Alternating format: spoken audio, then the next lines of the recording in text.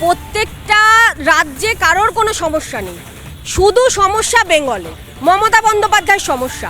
এই আমাদের প্রায় 9টা জেলা আছে যেখানে পুরো পরিসংখ্যা, পুরো ডেমোগ্রাফি চেঞ্জ হয়ে গেছে।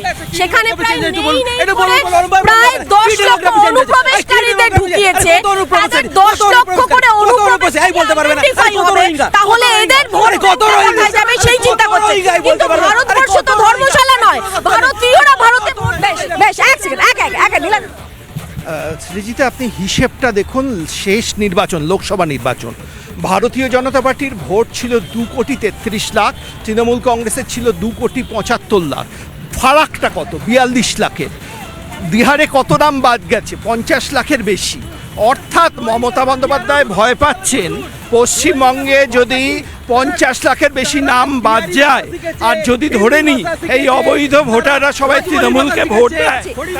যদিও এখানে রাজুদা কয়টা বাজে বকবক করছে যে রোহিঙ্গারা কি ভাষা শিখেছে বলুন বলে তালিকা দিচ্ছে, রোহিঙ্গারা সত্যি অনেক ভাষা শিখে নিয়েছে, এটাই বাস্তব, এটা সত্যি।